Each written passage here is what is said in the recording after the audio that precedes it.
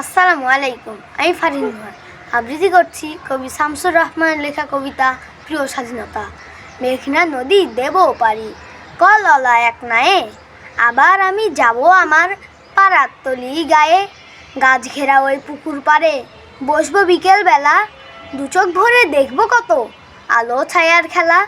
বাঁশবাগানে রাতখানা চাঁদ থাকবে ঝুলে একা, ঝোপে ঝাড়ে বাতির মতো জোনাক যাবে দেখা। ধানের গন্ধ আনবে রেখে আমার ছেলেবেলা, বসবে আবার দু চোখ জুড়ে প্রজাপতির মেলা।